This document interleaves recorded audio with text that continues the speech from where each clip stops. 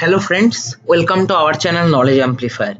So in my previous video, I have discussed the mathematical intuition and the MATLAB programming part of support vector machine, right?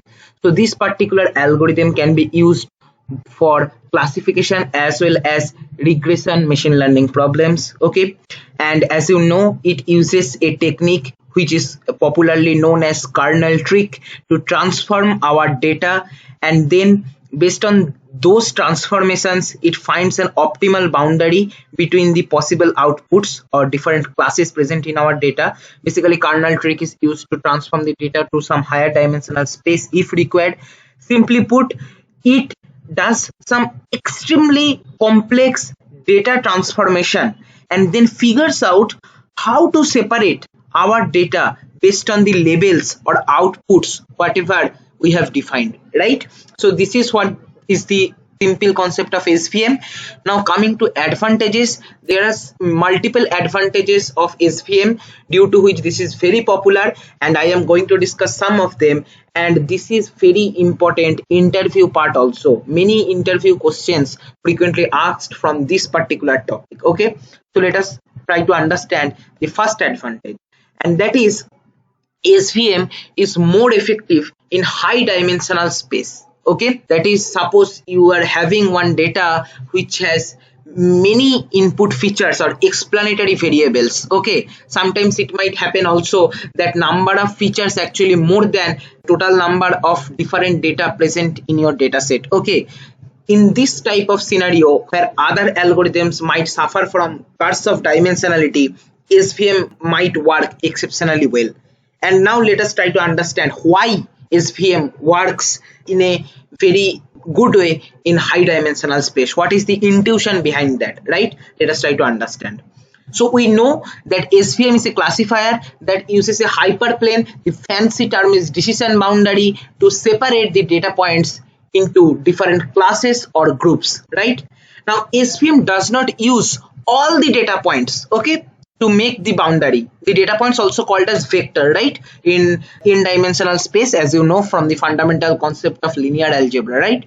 So SVM does not use all the data point. It uses basically one subset of data point which support our hyperplane. It only uses a few of the vectors that support our hyperplane to separate different data points belonging to different class, right? And this particular small amount of vectors or data, subpart of our data, right, which helps or support our actual hyperplane, that is called support vectors. That's what we have understood from our fundamental basic concept from SVM, right? Now you just consider this particular picture. Here two different classes are shown by two different colors, okay? So this is one class and this is another class. Perfect linear separation we are getting using this particular line, right? Now what are the support vectors? Support vectors are basically those one which are closest to our separating hyperplane. So here these two support vectors from this particular class, and this one is support vector from this particular class. Now these three vectors are support vectors which are going to help our SVM for classification or regression type of things, right? So what actually happens that, let me just draw here one plane parallel to our actual hyperplane will pass via these two support vectors like this way, and another hyperplane, okay, will pass via this particular support vector. Okay, I have not drawn completely parallelly because here I am drawing using hand, not to scale, okay, but I hope you can understand that this particular two, this one, this hyperplane and this one is basically acting like kind of cushion for our actual hyperplane, which is basically separating our data, right? Now you just try to understand this intuitively, that when I am getting support vector, this is one support vector, this is one support vector, this is one support vector. Now these three are basically helper of our hyperplane, which is used for separating two different class. Now these three vectors which are basically present inside this box are important for our model. Rest of the data, that is, if you consider these all data points which are belonging to this particular class, left hand side class, okay, which are not support vectors, and all this data, okay, which are present in the right hand side, this one which I am highlighting, okay, this particular all the vectors and these all the vectors are basically not at all required, okay.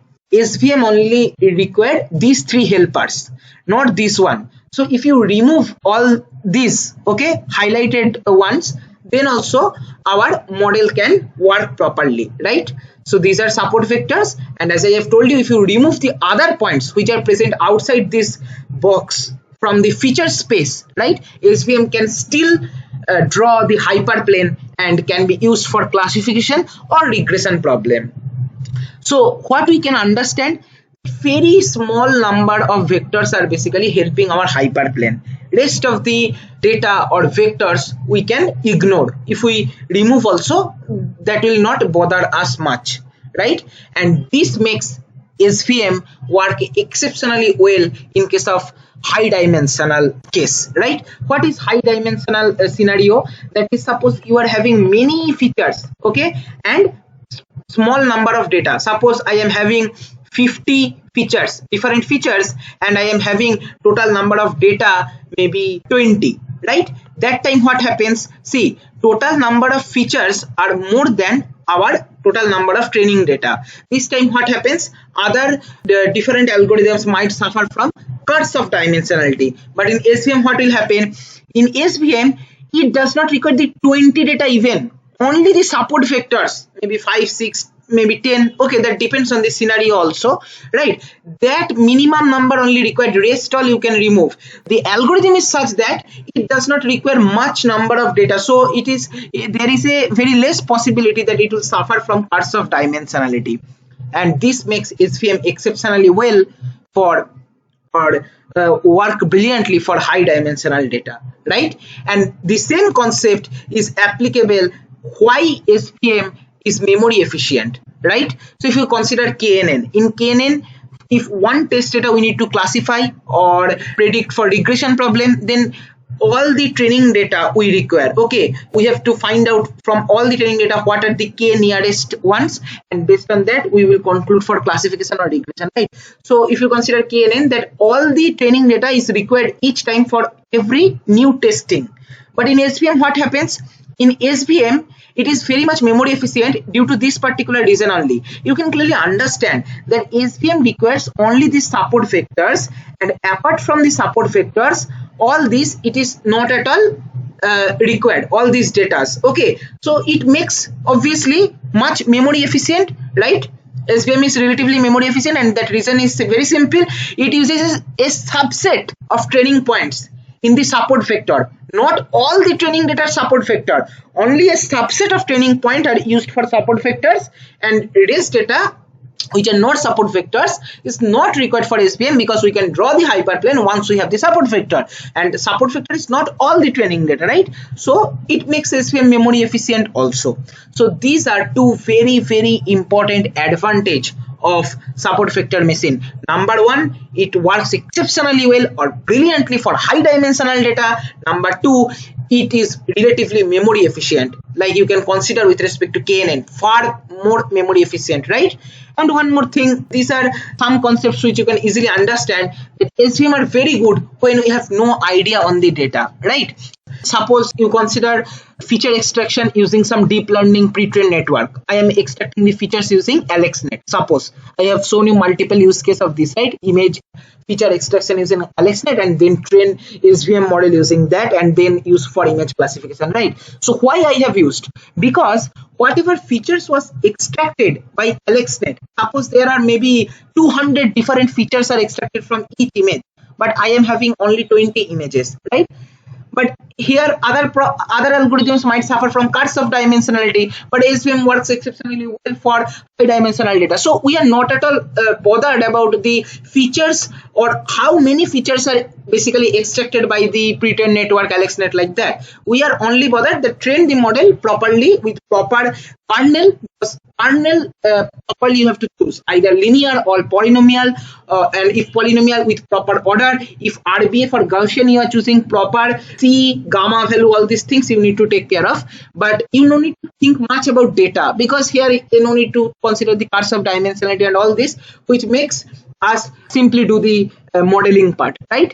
And obviously due to this only we can use easily for unstructured or semi-structured data like text, image, trees. I have shown you many use case of image classification using SVM, right? You can go to the playlist, the link I'll be giving in the description box, right? You can explore more. Okay, and the risk of overfitting is also very less in SVM, because we have the power of controlling the C parameter of SVM, which basically regularization part, using which we make this model such that it will not overfit on our training data, right? About C parameter also I have discussed in detail in my previous video, how C parameter can be used to control the overfitting. All these things I have already explained in my previous video, you can go and check there, right?